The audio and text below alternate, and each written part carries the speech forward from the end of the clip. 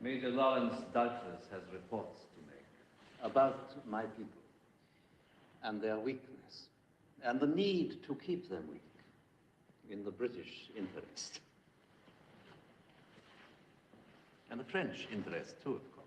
We must not forget the French now. I've told you, sir, no such treaty exists. Yes, General, you have lied most bravely, but not convincingly.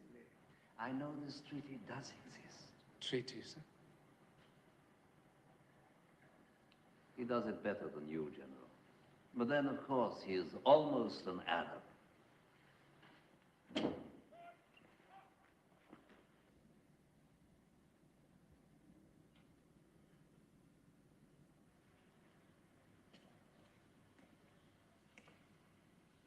You really don't know? Then what the devil's this? It's my request for release from Arabia, sir. For what reason? Are you sure you haven't heard of the Sykes-Picot Treaty? No. I can guess. Don't guess. Tell him. Well, now, Mr. Sykes is an English civil servant. Mr. Picot is a French civil servant. Mr. Sykes and Mr. Picot met, and they agreed that after the war, France and England should share the Turkish Empire, including Arabia. They signed an agreement. Not a treaty, sir. An agreement to that effect. There may be honor among thieves, but there's none in politicians. And let's have no displays of indignation. You may not have known, but you certainly had suspicions. If we've told lies, you've told half-lies. And a man who tells lies, like me, merely hides the truth. But a man who tells half-lies has forgotten where he put it.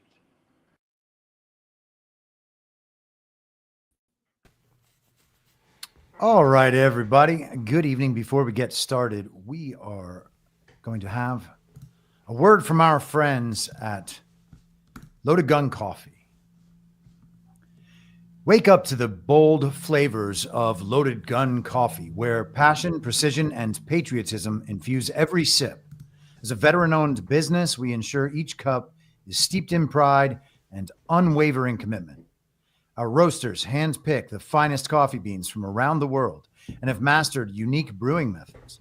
Our skilled farmers cultivate the coffee to embody the essence of duty and honor in every meticulously crafted blend. But it's more than just coffee. It's a family's enduring commitment to freedom. With military veterans tracing their legacy back to the Civil War, including Purple Heart recipients, Loaded Gun Coffee is brewed testament of pride and honor. Dedicated to preserving the integrity and strength of our beloved nation, we proudly stand as fierce advocates for a secure border and a strong America. And we stay loaded. Stay loaded, Badlanders, with Loaded Gun Coffee. Visit badlandsmedia.tv/loaded and enter promo code Badlands for 10% off your purchase. That's badlandsmedia.tv/loaded, promo code Badlands. All right. Good evening, everybody. Welcome to Badlands Story Hour. I'm Chris Paul. That is Burning Bright. And tonight we are discussing Lawrence of Arabia, directed by David Lean, starring Peter O'Toole, Alec Guinness, Anthony Quinn, and about a million other people. It was absolutely the longest movie I could ever possibly imagine. And also felt even longer. Also just there's a magnificence to it, though. Yeah, for sure. It's just, there's a grandeur. The scenes are huge. The production is unbelievable. We saw Patton a few weeks, a month or two back, and talked about the scale. This is like nothing I've ever seen in terms of scale. Yeah, it's so funny. This is one of those. This is truly one of those movies, I think, that really transcends the zeitgeist of movies and gets into the zeitgeist of humanity.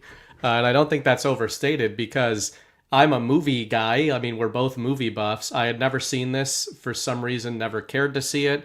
And it's not just that being a movie buff, you are aware that Lawrence of Arabia is one of the most famous movies of all time. In culture, you're aware that Lawrence of Arabia is one of the most famous movies of all time. Like it has become a reference point in normal everyday conversation where people will say like, yeah, that's like the Lawrence of Arabia of X, right? And so anyway, I was always really curious to check this out. Donald Trump's Middle East tour kind of inspired me to grab it. Knew very little about it.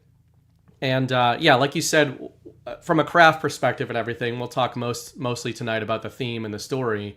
But from a craft perspective, while we were spoiled. I mean, this was 1962. We had another, 60 years of film after this, and a lot of filming techniques and even transportation and logistics got easier. You know, we've had movies like Dune recently that we might touch on tonight that look incredible. But I was struck by a movie in 1962, just thinking the whole time, imagining this was a time when there truly was a step change difference between going to the movie theater and seeing this. Oh yeah. And like, if you wanted, I don't even know if you wanted to get this at home, even 20 years later in the 80s, you were watching like a piece of shit copy of this. A lot of the clips I was even looking for tonight, I could tell were copies of this that probably came out in the 70s, 80s, even 90s. And then, it's been remastered today, and now you can watch it on a Blu-ray and everything. But even then, I don't think you'd get the scope. So while watching this for like a plot and theme perspective, there's like an hour and a half of the movie that you could really cut out in terms of like what's actually happening. I feel about Lord of the Rings like I'm sure a lot of people feel about this, where a lot of people who don't like Lord of the Rings are like, it's just guys walking around. Whereas there is like a commitment where, you're not going to feel the things that a story like this is trying to get across to you by the end of it if you don't really get like the scope of the world and all that. And I do think they kind of nailed it from that perspective. And again, it's a reminder of something I bring up on almost all of our shows in terms of my complaint about modern movies.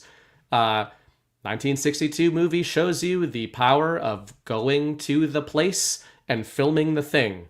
And man, there are a lot of movies made in the last 20 years that you try to put those on 60 years from now, and people are going to laugh you out of the room, like trying to put a Hulk movie on or something like that. So yeah, beautiful craft. Movie was a little different than I thought it was going to be, and I'm interested in talking about kind of what it was all about. Yeah. I think, you mentioned something great there, talking about this display of this world. And I have thought about this often. When I was growing up, I remember my parents taking us to various houses, friends' houses of theirs, and they would break out the slide projector, set it up on a table, make sure walls cleared out, and then like, hey, look at where we went on vacation. And now, of course, we have, Facebook and Instagram and Twitter and movies and television and video games, and you can experience other worlds all the time.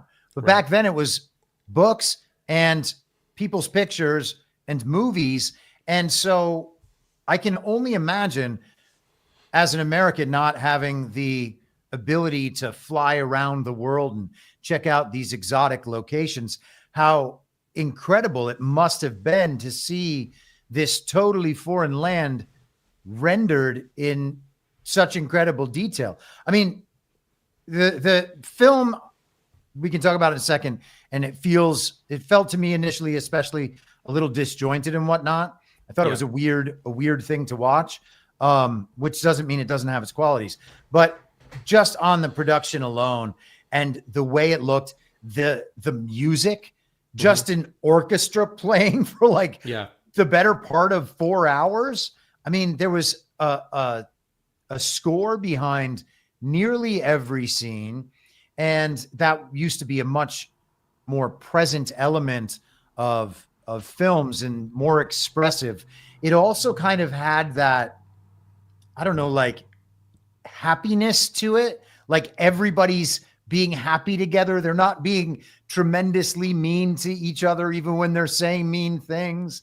And then they're all like just joking around and they're chummy and stuff. I don't know. There's that in these old films. I remember it from like the Indiana Jones. What did we do?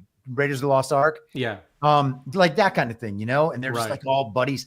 I don't know. There's a lot of really interesting film elements that are not very present in what we see today. Yeah, and even before we get into kind of theme and story, this isn't us crapping on it. I saw somebody in chat asking this. I think this was the first time you had seen it, right? This is the first time I have seen this as well. So that's always fun. But yeah, I hate to say this because I just crapped on modernity, so I'll crap on something that's not from modernity. I also found it very disjointed. I thought that after the intermission, even leading up to and after the intermission, I thought it started to come into focus of what it was doing. I'll also forgive it because I do think that, I'm a fantasy guy, right? Like I wrote fantasy. I'm a huge fan of fantasy.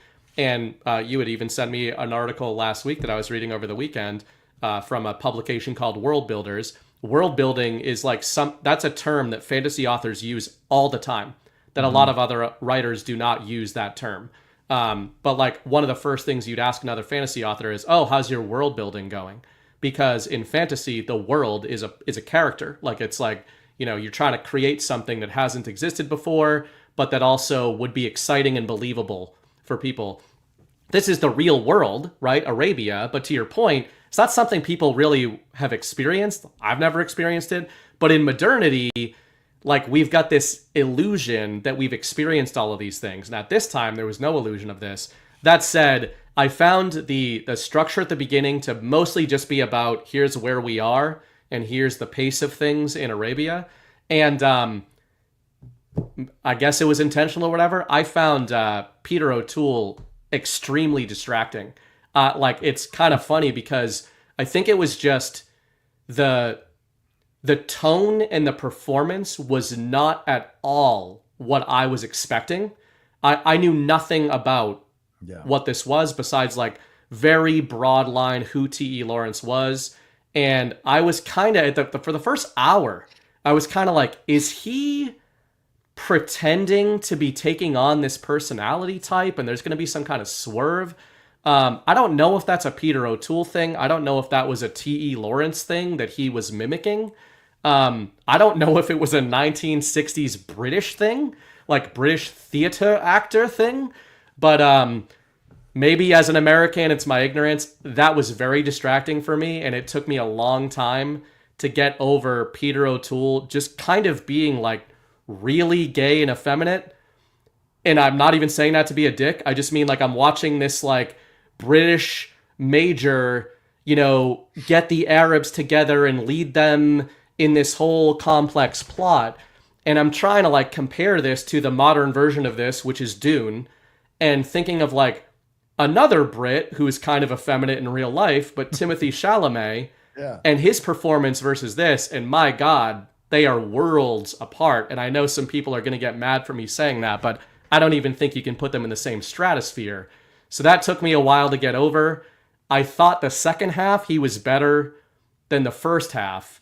But I also acknowledge that maybe like at this time, there's a certain element of like overacting, like when the kid drowns in the quicksand, it's like, like we are now to display how sad we are, really over the top. So I thought it was over the top and dramatic, in the funny scenes and in the drama scenes.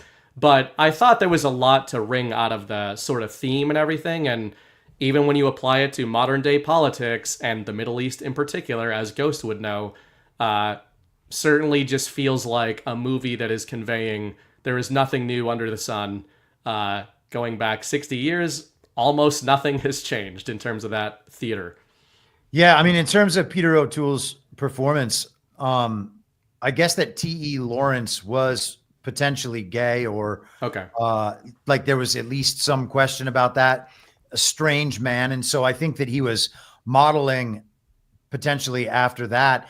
And someone in the chat, I think KZ, pointed out that a lot of the people who would be producing this movie and then watching this movie would have some greater knowledge than, a more personal knowledge than we would have about the events described here.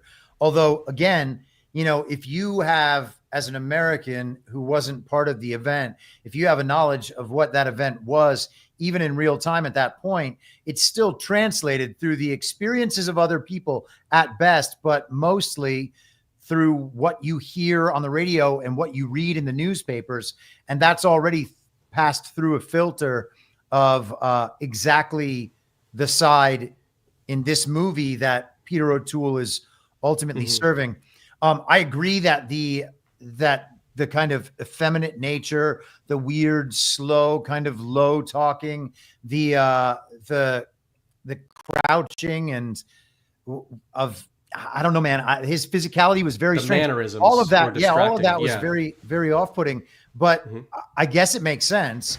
And, you watch that as it goes throughout the movie. Maybe there's something to him seeming less threatening like that or whatever. I did a little bit of reading on the background of that character as the real character. And apparently some of the exploits in this film are significantly exaggerated. And there's like a question about T.E. Lawrence's actual role in all of this. But at the end of all that, what you have is an empire taking over much weaker lands engaged in tribal warfare. And 100 years later, from the events that are displayed, I think that probably, I guess, not that much has changed. Yeah, and I think maybe there's two kind of macro discussions here we could go into. One of them, I think, is the actual quote unquote, and I think that would be sort of be the geopolitics that are displayed. But the other side of it, I sort of wanted to actually start here with a major theme, is just this. I had texted Chris actually like an hour ago as I was finishing the movie. This reminded me that, especially the scene that I played at the beginning there where he's on top of the train. In terms of a craft perspective, again, this was a long time ago, etc. I didn't think all of it held up. The scene of him like getting on top of the train and the cinematography of his shadow and the Arabs in the sand, I thought that was extremely well conveyed and well done in terms of there is this theme throughout the movie of the myth and the man and myth making. And then if you read about the movie, you read about T.E. Lawrence as a character. I like that you kind of said the real character, and I don't know if you meant it that way, but you and I see these things pretty similarly. And the note I had written down was this movie exposes it's a matryoshka myth. It's like a matryoshka doll of myth, because you've got the real guy, T.E. Lawrence, that wrote books about these exploits and is known as this historical British officer who, did these things, right, on a macro. You've got the film script portrayal of him. You've got Peter O'Toole interpreting that portrayal in his way. You've got the modern audience interpreting the interpretation of the interpretation. And then you've got baked into the narrative of what T.E. Lawrence was doing and what Lawrence of Arabia in this this portrayal was doing. They are very aware in the narrative of this story of the power of the story of T.E. Lawrence and Lawrence of Arabia. And it appears that was central to sort of the op of T.E. Lawrence at the time, from however much of it we can believe. So I just thought it was a really interesting, layered, where is the real guy in any of this, both in the context of just watching this as a movie. If you were watching this as a fictional movie, it is already dealing with layers of who's the real T.E. Lawrence and who is Lawrence of Arabia. But I think there's a second layer to that, which is that who was the real T.E. Lawrence and Lawrence of Arabia? And then this film, was it trying to augment the op of T.E. Lawrence, or was it responding to the op of T.E. Lawrence? And one more point there is I had said to Chris, I had said to Chris that this reminded me of Dune, obviously in the setting, but really it reminded me of Dune in that scene where you've got Paul Atreides as sort of this prophet figure, and as we did on this show last year, he was the idea of him as a prophet was seeded into the Bedouin, essentially into the Fremen in that world. Same thing is happening in Lawrence of Arabia. And there is a debate at the heart of Dune and at the heart of Lawrence of Arabia of, is he really becoming this figure or is it all a story? And I was interested to find, I had sent that note to Chris before I looked up any connections between Dune and Lawrence of Arabia. And it turns out that Frank Herbert, who wrote Dune in 1965, hated Lawrence of Arabia and was partly responding to it and trying to write what he saw as a more realistic portrayal of what happened with T.E. Lawrence in the Middle East. So I don't think that was all of what Dune was about, but the character of Paul Atreides was directly inspired by T.E. Lawrence and sort of the lionization of that character and that figure in history. Well, that's very interesting because, when that happens, whether it's a character based on a real life person or if it's a character based on, if it's a film adaptation of a book, people want to see that character authentically represented in the film. And when you don't see that, that's when I've observed many times over the years, people wanting the version of the guy that they understand, right? So I could see if you are Frank Herbert, and I don't know if he was a student of history before that point. I figure he might have been, for the way that he thinks about the world building in that film. Maybe he just thought that it wasn't an authentic portrayal and he wanted to go off in his own direction. Interestingly, about the Peter O'Toole character, you can talk about the effeminate nature and his kind of withdrawn physicality and the soft voice and the very kind of intellectual elitism. On the other side of that, he was like the toughest dude ever. Yeah. Like just going through the desert, totally alone. He's got the compass. Then he loses the compass. He's like, like it'll be okay. We know where West is. Right. Sleeps outside, deals with the elements, blows trains up, shoots at people, gets shot at. He does an insane amount of stuff. And all of his experiences were like things that you could lose your life doing, including just disobeying the military. And he ends up leading all of these people to these great victories. That's, a character with dimensions. Yeah, and maybe that was the point. I mean, maybe that juxtaposition or that sort of paradoxical nature, the contrast of how he comes off versus the true metal of the man is the point. Again, using Paul Atreides as a fictional example, pretty similar. Timothée Chalamet, some people were wondering, like people will ask the book readers of Dune, like, was Paul Atreides actually this like skinny little guy? He was in the novel, like that is pretty accurate to that. The whole idea was that he was so brilliant and had been trained from infancy. So it was this total fantasy, kind of elitist fantasy of it's all about he who has the better knowledge, including in combat. Like if you've got, you could be 135 pounds and 5'6", but if you've been trained by the best weapons master in the known universe from the time you could walk, it doesn't really matter. Like, and I think that's partly a wish fulfillment type of thing for sort of elitist-minded people. And I think there was some of that to the T.E. Lawrence kind of character, where there was this, there was definitely this sort of British elitism coming off of, we may seem effeminate and gentlemanly to these desert savages, but we could become just like them. Like we could do all this kind of stuff. So I don't know if that was baked into it at all, but in terms of taking it at face value, he really only gets broken when he pretty much gets tortured by the Turks toward the end of the movie. And right before that, it's sort of this classic rise and fall shortly after that prophet scene on the train where he is like miming walking on water by dancing in puddles, and you've started to get to that territory by the third act where you're going, I think you knew that you were running ops, and now maybe you've kind of fully bought into the op. And I think that's another layer that's going on with the Lawrence of Arabia character, where there's even a line I think I had written down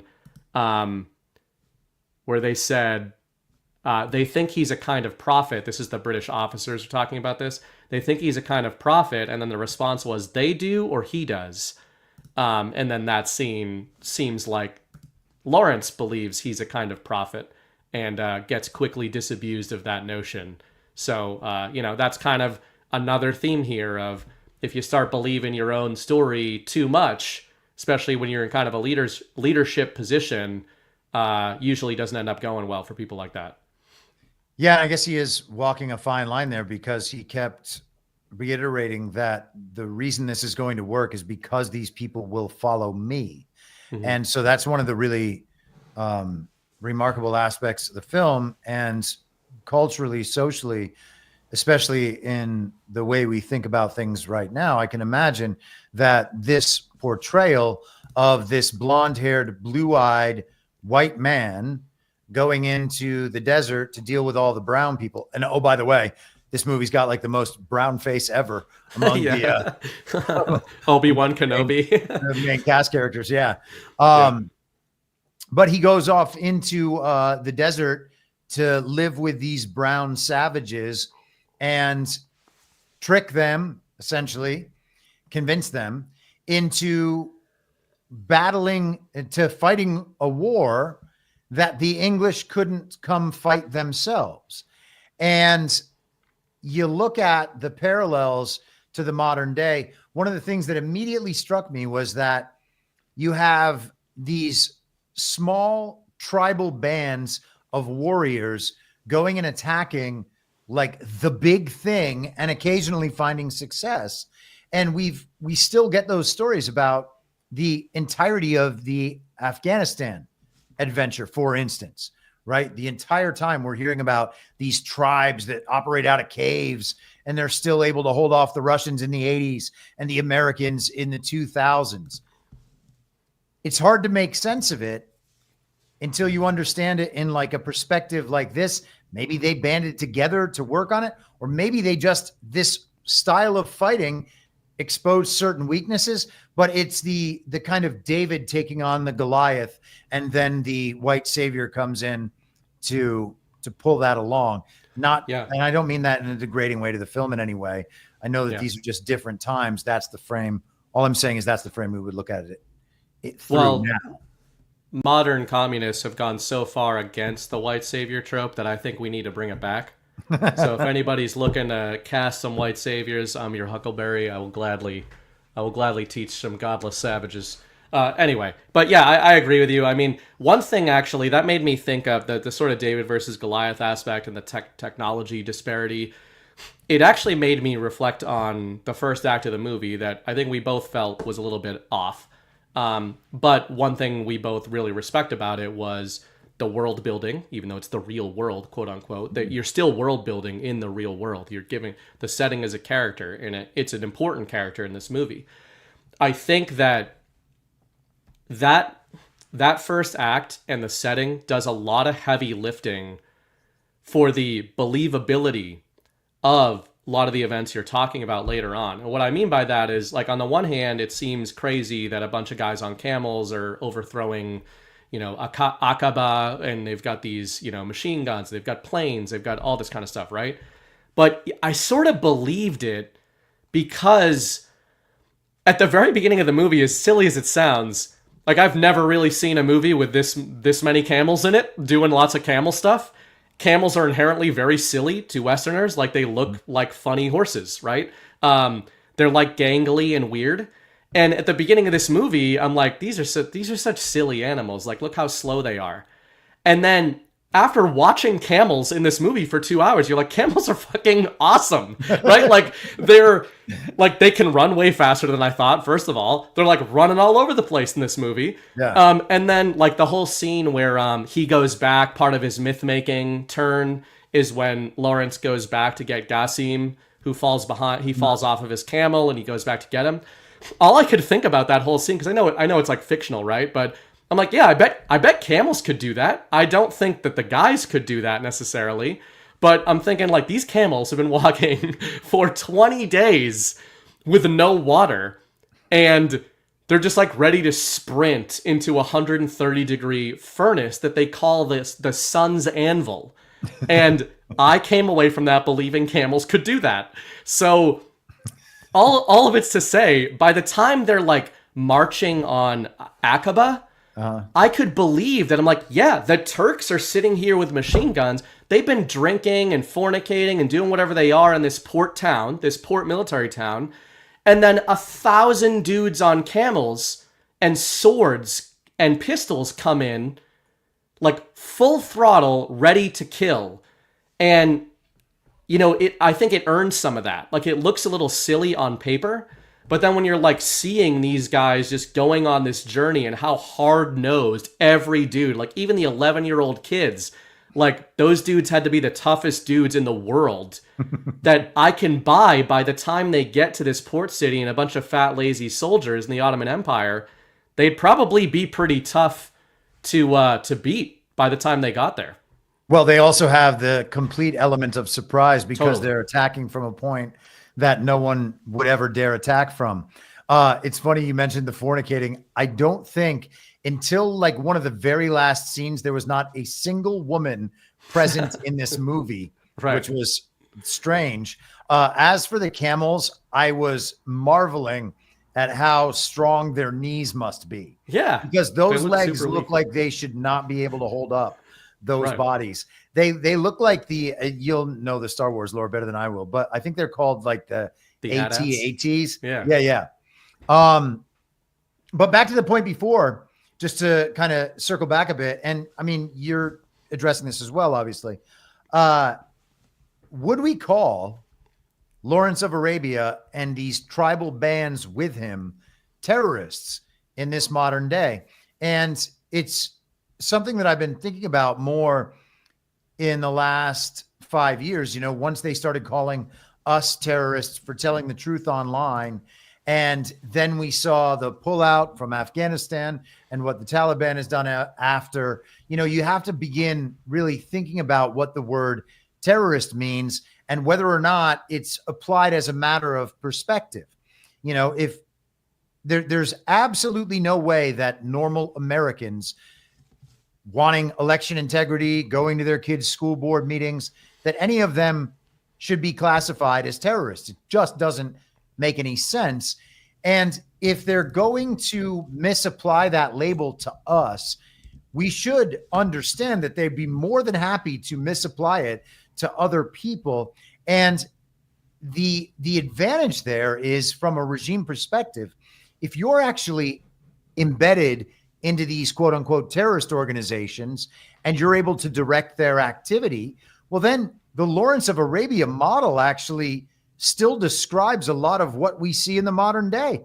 And we know that they're directed by regime intel assets or agencies, the military industrial complex, whatever the need might be. They have this other group that allows us to keep our hands clean.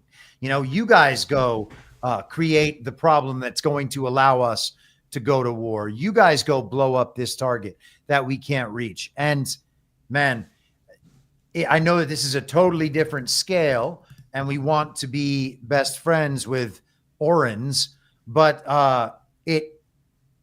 they're blowing up trains in the middle of nowhere with a bunch of innocent passengers on it.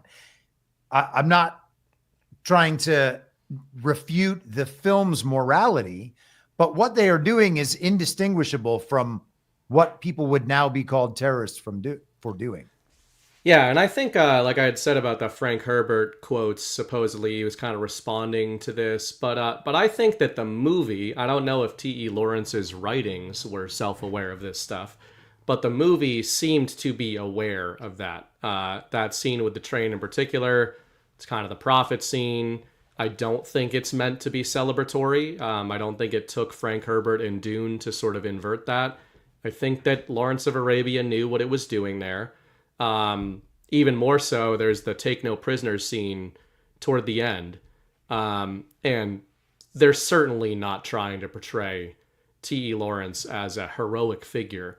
I think in that scene, I think they're portraying him as, at the very least, sort of being held prisoner by the myth, the story he's been caught up in, and the story that he helped to sort of perpetuate.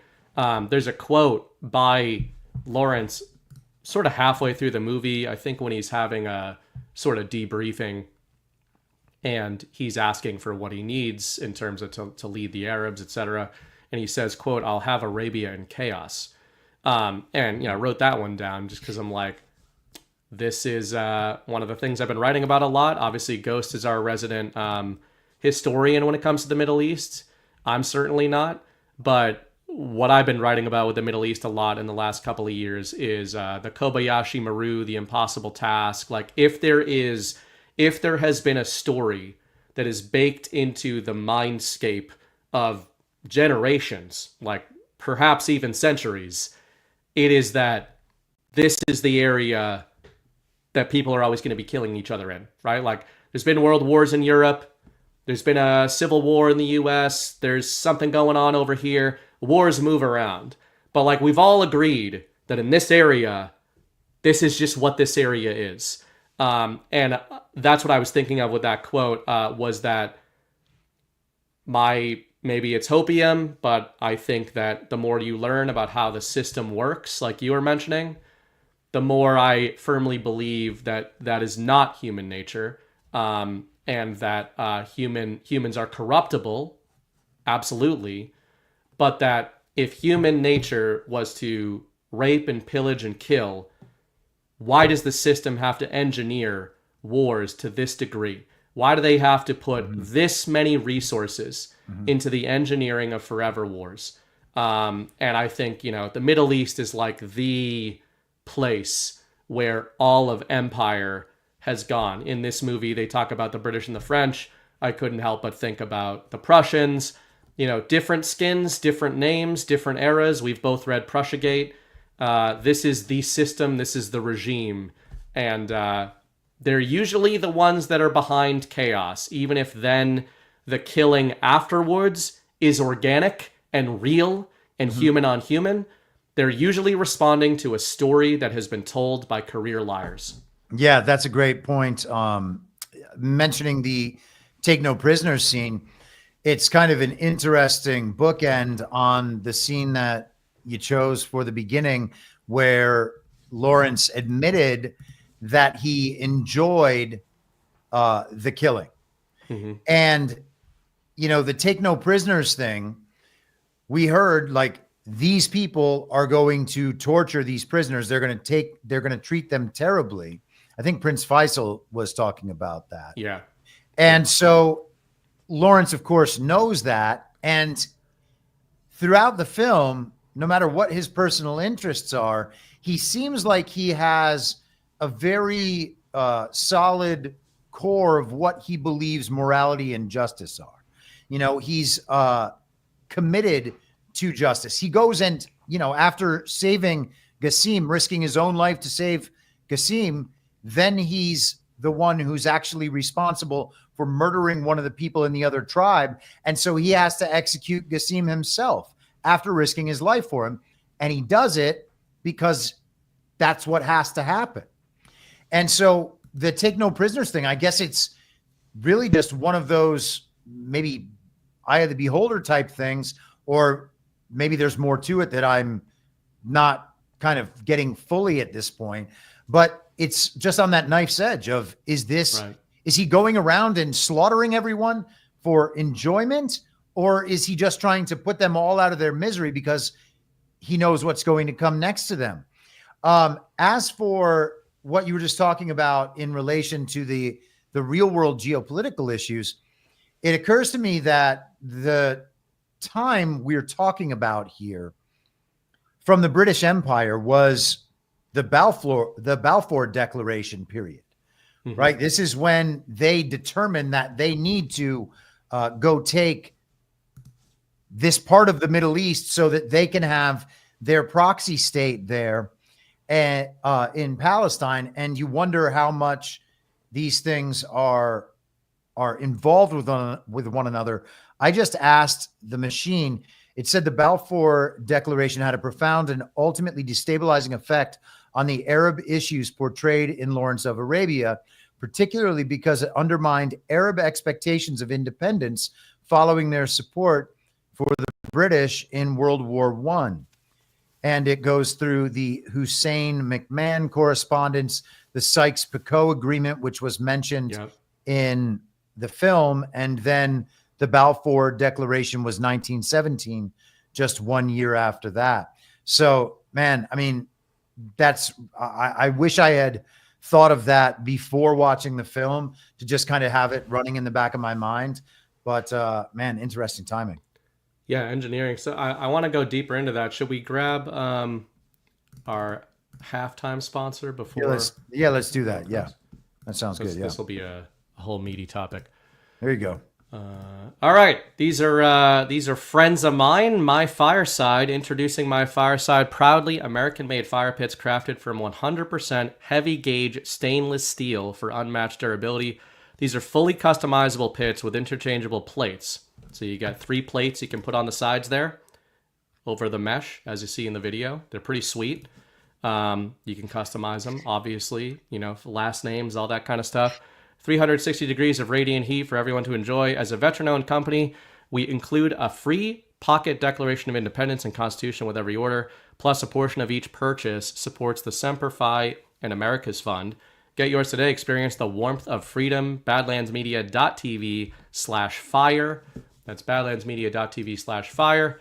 And I did want to show the people, if you want to share my screen here, Chris, after this is done. Theirs looks better, but I just want proof of pit. This is my actual nice. My Fireside. Said before, when I did this a couple weeks ago, I bought this with no sponsorship or anything like that. Bought it with my own money. It's awesome. It's been out there through 3 winters, and it's a little tempered, but it's heavy duty stuff.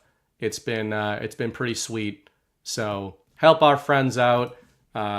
Great guys over there. Very America first. So tell them we sent you. Badlandsmedia.tv/fire.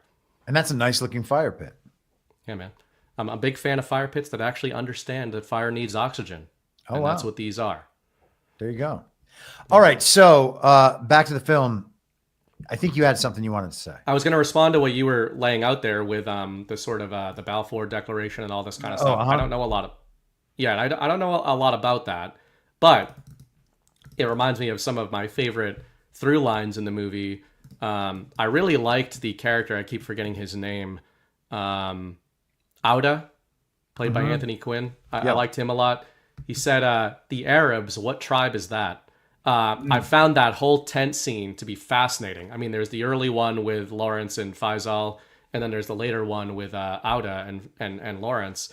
And to your point, it's, the destabilization, the engineered destabilization of the region. This shockingly, this reminded me more of our recent conversations and arguments in this community. Especially, I think, ones that you forward and that I think I forward as well, that even get some MAGA people annoyed, because it felt like the Arabs in this movie, they're seen by even well-meaning characters like Lawrence as being savage and they don't really know what they're doing. They don't... They're all like these scattered tribes. They don't have a system. And what they understand is the power of sovereignty and how each tribe in Arabia is the place to them. And each clan and each tribe decides how they function. So one tribe, if you drink from their wells, they kill you. Another tribe doesn't, right? And it was kind of interesting because I think that's so related to a lot of the arguments that we talk about these days when it comes to what is an American. There's people that these days think that an American is somebody that's loyal to the nation of the United States. There's other people that think an American is somebody who's loyal to the Constitution. There's other people that think an American is synonymous with a free sovereign individual, and that is what the idea of being an American was originally. So those are three different ideas, and there might be overlap of them, but I was reminded of that in this movie, and it's kind of funny because maybe at the time I would have even been like, yeah, you guys are all scattered, you're like killing each other sometimes. This doesn't seem like a great system. But I think that that's indicative of being raised as system thinkers, especially in the West and in communist regimes like China, etc. Maybe the Arabs were onto something by, it also reminded me of, I was doing some recent reading randomly on Ireland, and that's how Ireland functioned. It was the reason like Ireland is so big on family crest is because that was the law. Like if you were part of a clan, that clan was in charge of what was going on in that region. There was no, let's all vote and see what everybody in Ireland is going to do next. It was, this is how this clan operates, and this is how this clan operates, and these ones are friends, and these ones are enemies. I wonder if they were onto something, maybe. It was a little bit better than the system they ended up being thrust into. I think that that scene is really a good one and really important when he's talking about who are these Arabs you're talking about? This is this tribe. This is this tribe. We're not the same thing. We're not Arabs together. And then Lawrence tries to put an Arab council in place so that he can introduce this system. They're all going to sit around a big table and they're going to agree about how everything is run. And the truth is nothing was going to get run because they had control over different parts of society and were unwilling to work together. Maybe that's just, maybe that's overstated in how these people are, but we can assume for the sake of the discussion that that's how they were, because people can act that way, certainly.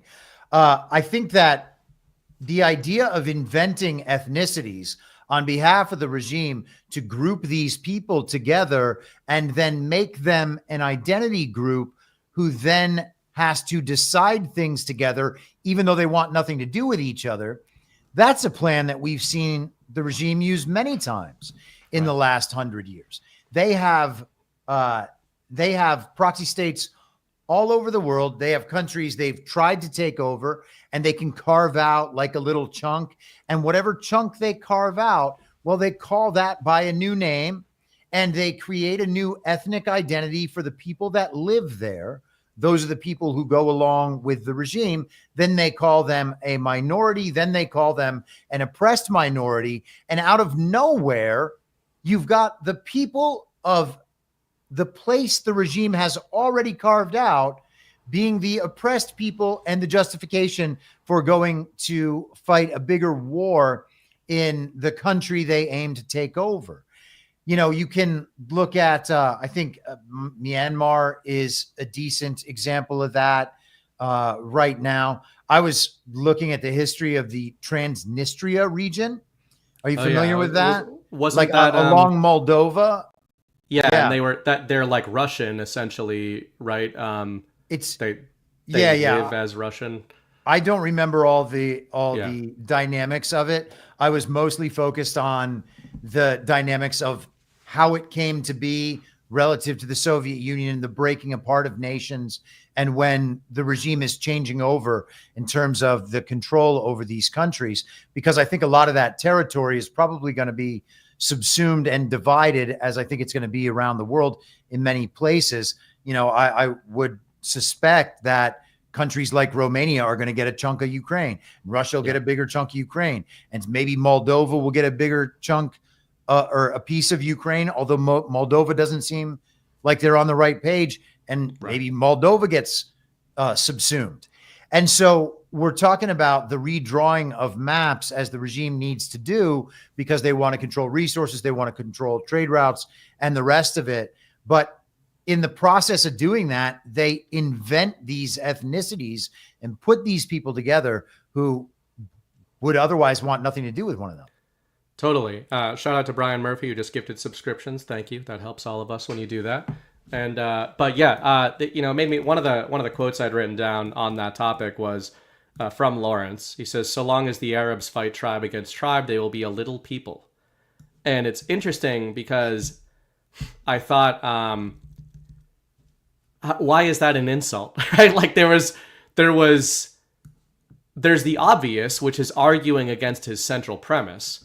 But before you even argue against the central premise, you can say, well, do I even agree that being a little people is bad? And what Lawrence, I think, is talking about there is you will not be a powerful people. More powerful empires will be able to, influence you, etc. The irony being Lawrence is engaged in exactly that on behalf of an empire.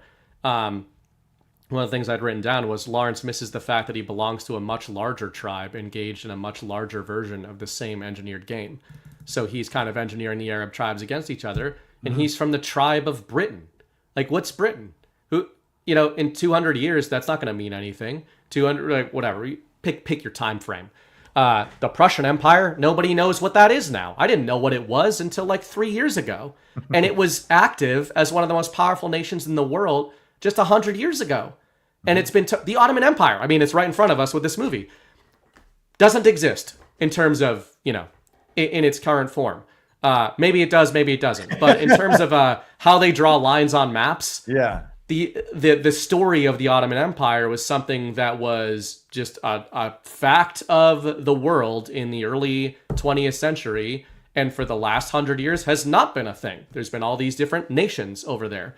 So it's all just to say, I was thinking of statehood, and I don't mean U.S. states, but statehood in general, nation building, etc.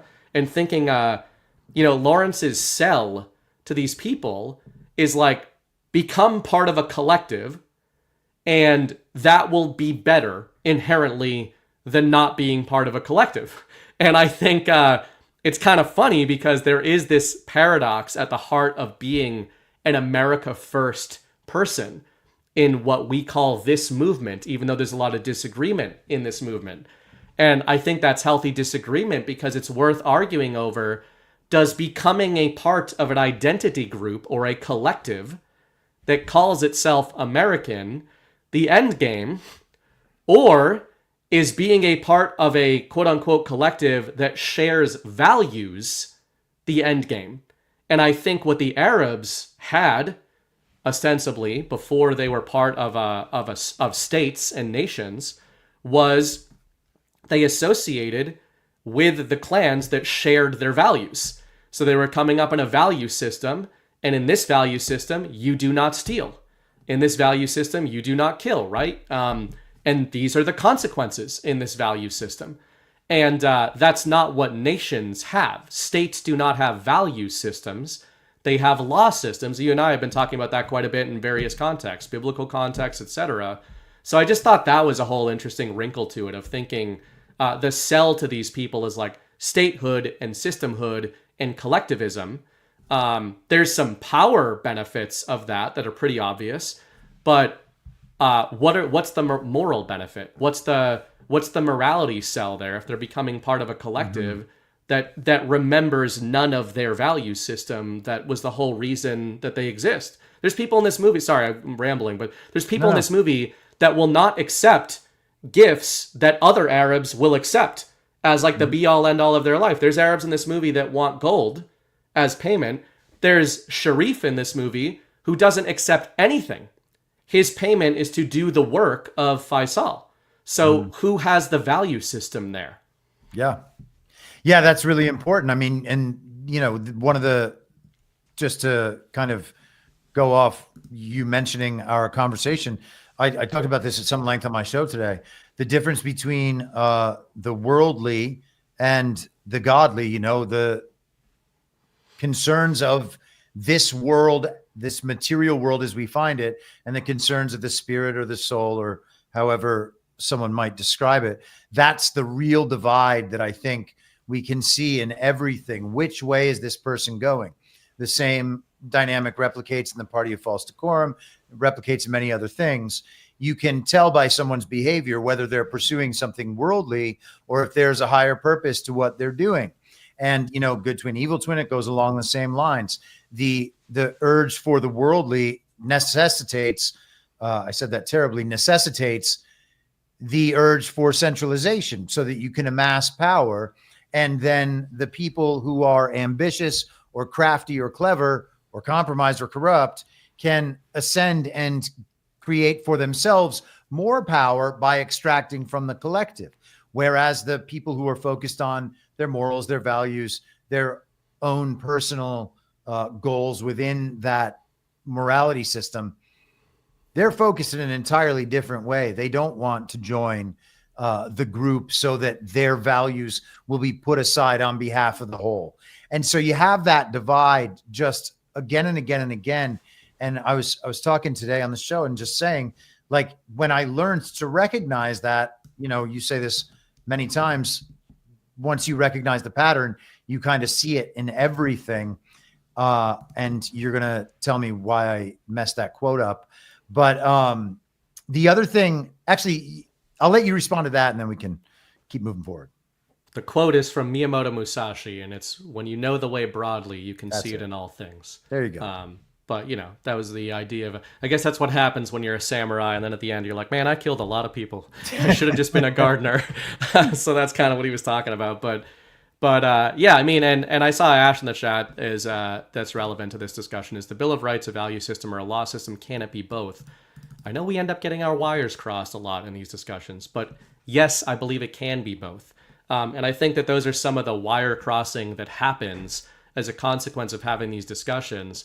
Where I'm coming from is I am much more interested in why somebody believes what they believe at the beginning than what they believe. Of course, there's certain absurd lines, right? Like if you want to start arguing with me about moral relativism, I'm not even going to listen or have the conversation.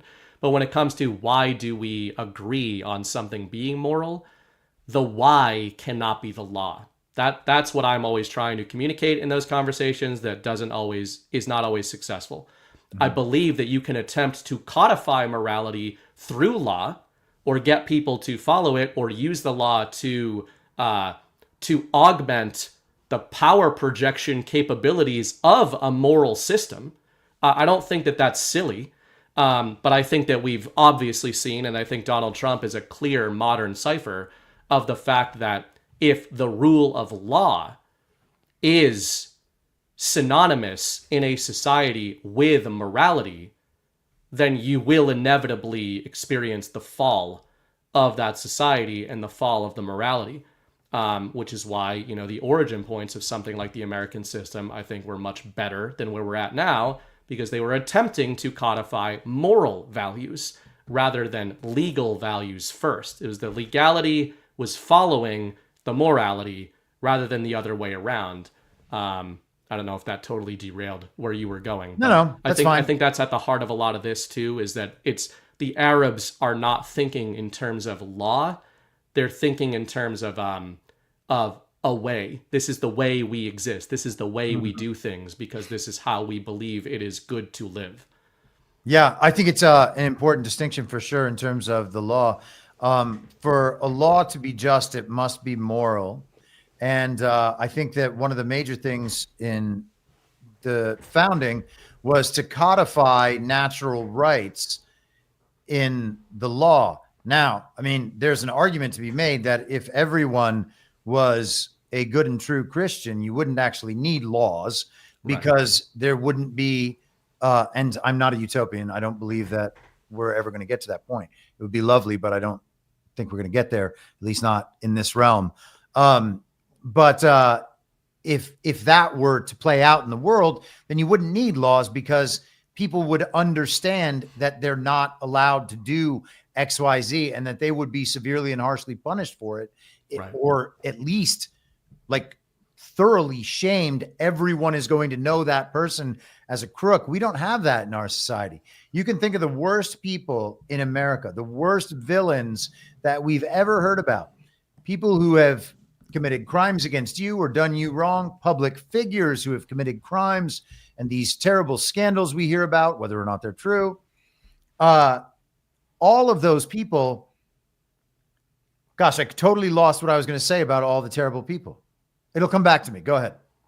If you have some. Well, or I can just continue. You were talking about the Jeopardy music in my head. Yeah, sorry. I don't know. I don't want to put your The thought at the end. utopian things, the evil people, the worst people. I don't know, man. I don't know. I lost it. 5 hours of shows today. Yeah, I know. It's a lot. You were going somewhere good with it. I really thought that's I was. Always that's what we can always come assume. Back to me. If somebody can replay it, we should just take a break here.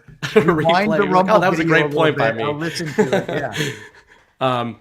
Yeah, you were saying you were talking about the people that our society maybe doesn't reward morality right now because we don't exist in a system that's rewarding that. Like there's a lot of people in powerful positions right now that are not moral people. That's pretty observable. That's at least one of the things you were saying. Anyway, I can grab something else. If you remember it, just interrupt. All right, man. I saw Ghost in the chat saying that Auda might as well have been G-Money. He was like an absolutist, and then he was extremely angry that he had been given paper and was throwing paper around like, what is this? This is not what I was told I was going to be getting. That was funny. Then the language, I know that this is actual like economic language, but I also thought the double meaning was interesting. When Lawrence is negotiating for the war campaign, for what he's going to need from the British, he says, I need money. It'll have to be sovereigns. They don't like paper. And I just like even the word sovereigns, like that means, state money, essentially, official state money, official gold at that time.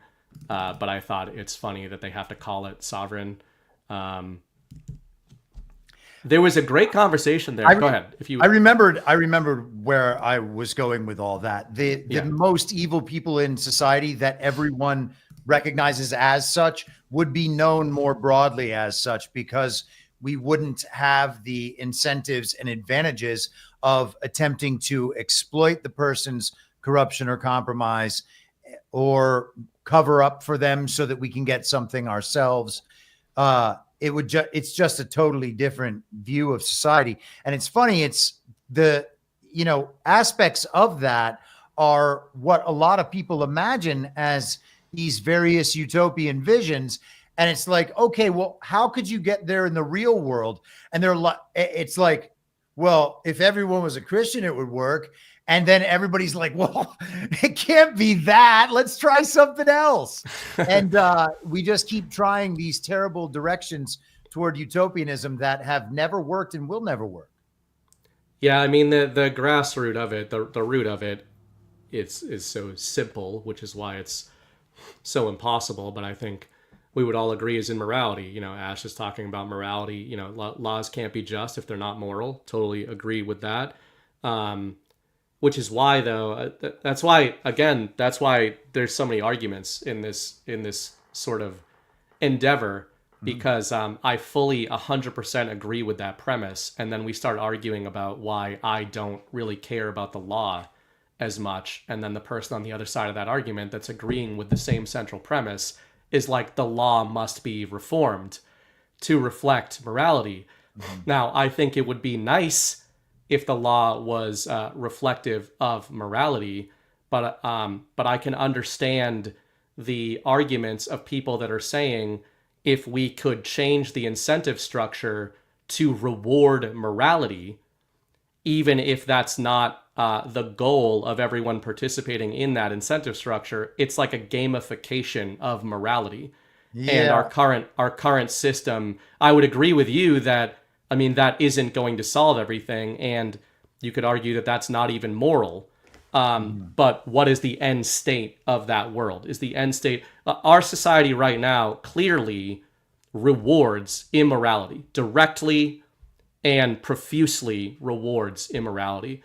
And just open-ended question is, can the rules of the game be changed to the point where the net effects of everybody competing in the new rules of the game create a more moral world, like a total utopia? Maybe not, but I would argue that part of what Donald Trump is doing from a trade war perspective, and all this narrative that he's kind of like thrusting into the spotlight in 2025 is in educating people of the idea that mutual competition is moral, and you can be competing with each other like as nation states, and by competing with each other, the citizens of your nations are directly going to benefit from that competition if that competition isn't law. And it's like the opposite of the globalists, where in my view, the globalists are utopians who are like, well, let's all get on the same rules. Let's all get on the same law system, and then everything will be moral, which is bullshit, right? And Trump is saying, let's all compete as sovereigns, and the moral ideas will be the winning ideas. That's at least part of what I think he's forwarding. Yeah, I hope that's correct.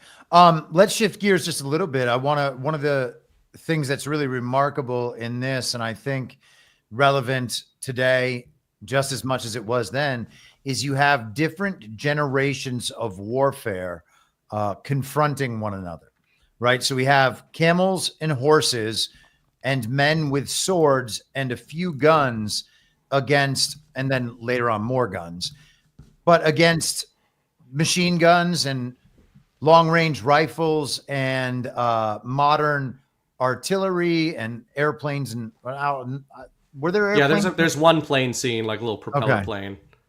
But yeah, they're mostly using like swords and knives and riding on horseback and camels, and they're fighting against what at the time was a fully modern army.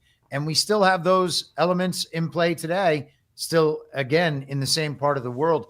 But I thought the generations of warfare thing was kind of interesting, especially in thinking about like the generation of warfare that we're in right now, where, you know, we think of information war, and you and I talk about it primarily in a battle of narratives, but on a very basic level, a foundational level in terms of the information war, there's just the technical ability, the actual apparatus of the information war. And I'm not sure that we spend enough time thinking and talking about those elements. Anyway, in terms of the technology of information, like the communications technology, and yes, and what it means to be battling in that space.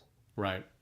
Yeah, I even liked you wrote that great article on the hoodwinked article. Oh yeah. And I liked some of the stuff, or maybe it was your more recent one on the AI video. Oh yeah, that was yesterday. You know, talking about the social media space, and I think it is interesting when you're sort of like, okay, engaging on the battle space in some ways is necessary to learn its ways, perhaps. But then you can get sucked into the battle space in a loop of being trapped here. And then, you know, we had the discussion during Edge of Tomorrow or Live, Die, Repeat, whatever that movie's called these days, of the sand bunkers, of repeating, like, you know, sometimes it's good, I think, with what you were doing in that writing in particular, is like, it reminded me of that discussion where we're saying, like, sometimes you gotta step off the beach, and you might find that you were in a sand bunker the whole time, like making a lot of progress in that sand bunker, but then you get out of it and you're like, man, I haven't even moved forward 5 feet on the beach. So yeah, that's important. I also think that, to your other point about the war of stories, which is what you and I talk about the most, this movie firmly understands that. I mean, they are talking about it. There's a conversation toward the end of the movie between Faisal and then journalist Bentley, I think. Yep. They're openly telling, I like that scene because they are openly telling each other that they know exactly what each guy is there for. And, Faisal is saying, you're here, or no, Bentley says, you're here to sell a story and I'm here to buy one, basically. I need a story and you need to tell a story. So, like, let's figure out how this works. And there's this honesty in the exchange where both men are dealing in narrative. They both know they're dealing in narrative. And Bentley's just like, I understand that you're going to benefit from whatever story you're going to tell me, but it's got to be a good one. So maybe we make some tweaks that I want to make to the story. And he is very open about the fact that he is there to get a story. He is not there. He doesn't say the word truth once in this movie. He's there to get a story. And I think that Lawrence is aware that he is a story and he's creating himself into a story. The question becomes, does he then buy into his own story? And that's, I think Frank Herbert kind of fleshes that out in the Dune series. But, you know, they've nothing new under the sun. It's all about he who wins the story wins the war, which is something I write about a lot. And ultimately, I think that this movie is one of those ones that understands, as we often say, actual events, I believe, are secondary to narrative events. And often actual events are used. You were talking about this recently with the Israel and the terrorist attack in New York. Actual events are used to augment narratives, not the other way around. Usually, it's that the actual is being used to strengthen the narrative, and that the narrative is the operation. Most people think of this in this community in the inverse, and I think that's where you end up spending your time trying to figure out what's actually happening, and you get trapped in sand bunkers. Yeah, I think that that's exactly right. And I guess it was my Friday show that I talked about that, like, and really laid it out in terms of the Israel stuff last week, or not Israel stuff, but the stuff outside the Jewish Heritage Museum, Right, where the two people were killed, and what I thought was going to be Jewish George Floyd. And I don't know if that was ever intended or if it just didn't materialize. We'll see. But it was funny because throughout the weekend, we heard about Netanyahu wanting to expand the war. Then we heard J.D. Vance wasn't going. Maybe they just didn't want the optics of the president's guy shaking hands with Netanyahu while Netanyahu's trying to expand the war. Then Trump says he wants Netanyahu to wrap it up real quickly. All this while the neocons and warmongers are pushing for more conflict. And then we have Wednesday afternoon, we have Charlie Kirk lose a debate to a college kid where one side is neocon warmonger and the other side is free Palestine, the two sides of the controlled opposition going to war with one another, and the champion loses to his own controlled opposition. Yeah. And then a few hours later, we get free Palestine killing innocent Israel, and the response is neocon warmonger. Right. And then this weekend, we get the same thing with Russia. Russia is bombing the shit out of Kyiv. But oh wait, they're only doing it in response to drones attacking Putin's helicopter. Did any of these things happen? Probably not. I mean, the killing in Washington, D.C., I'm not disputing, although who knows, right? Because the kid's dad attended Trump's joint session speech before Congress a couple of months back. The entire thing is ridiculous, but these are sales pitches. Yeah. These are stories designed to sell the public on a broader idea that is directly in line with what the regime wanted to do before the event. So to see them as anything other than a sales pitch and to get into our emotions about them, we can recognize tragedies when they occur, but that still requires us to have sound, rational thinking, not emotional thinking. Oh, this terrible thing happened. Now we have to go to war with that other country. That's the thinking of the past. That stuff is insane. We are just being hoodwinked, and the goal is to not get hoodwinked. Yeah, and I totally agree with that. And I would also say this is a fundamental misunderstanding some people have with our framing. I'm not saying we have identical framing, but similar framing. Yeah. You know, you were synonymous with calling things fake, right? Or suggesting they could be fake. And people focus on the reality or lack thereof of the events that they are being shown.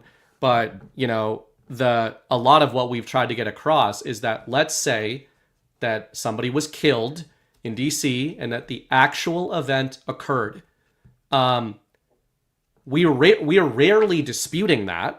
You might be saying, hey, you shouldn't just take this to the bank that it definitely happened, but let's give the benefit of the doubt that it did happen. The story is almost always fake. And when you say the sales pitch, that's what I mean. In fact, when you see an actual event, I used the word augmentation earlier. When you see an actual event tied into a narrative, as you said, the narrative was preceding the actual. When the actual happens, you should see that as even more evidence that the story is fake, or that the intent of the story is to lie to you and manipulate you. And it's like that's something that a lot of people can't cross that emotional divide because like, oh, people died. It's like, yes, that's how badly the machine wants you to believe the story of why those people died. The reason those people died is because the machine wanted to add the feeling of reality, verisimilitude, to the story that they are telling you. It is not that they died because the story that the machine was telling you was true. And understanding that should make you, pissed off at when actual damaging events happen. But they should not make you trust in the central narrative more. They should make you recognize that the central narrative is desperately attempting to defend itself by adding realness to the story that they're telling you. Indeed, I think that's well said. Do you have any other things we want to hit quickly before we get out of here? One thing at the very end, a quote I really liked from Faisal, it reminded me of, we've got everyone blowing me up being like, what do you think about Trump Russia now? Because Trump's really, really mad at Vlad this week. And Faisal's quote at the end was great. He said, the vices of old men are the vices of peace, mistrust, and caution.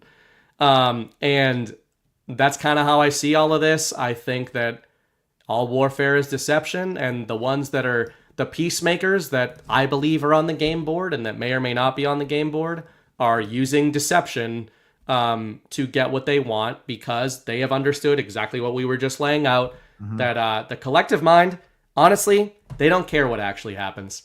They care what the story is, and I think they're trying to cultivate the public mandate for peace through the public story of almost war that nobody wants.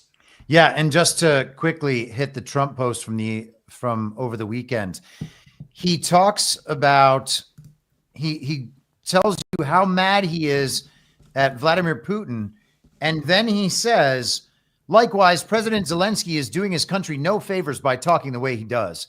Everything out of his mouth causes problems. I don't like it, and it better stop. He would not be able to go after Zelensky on his own just like that. Yep. The Russia thing totally balances it out. And then again, we're being sold this World War III, this kinetic World War III, as if World War III hasn't already been happening. Right. Again, we get back to the information layer because this is the war as we perceive it. Friedrich Merz of Germany is the guy who says Ukraine now has permission to launch missiles deep into Russia.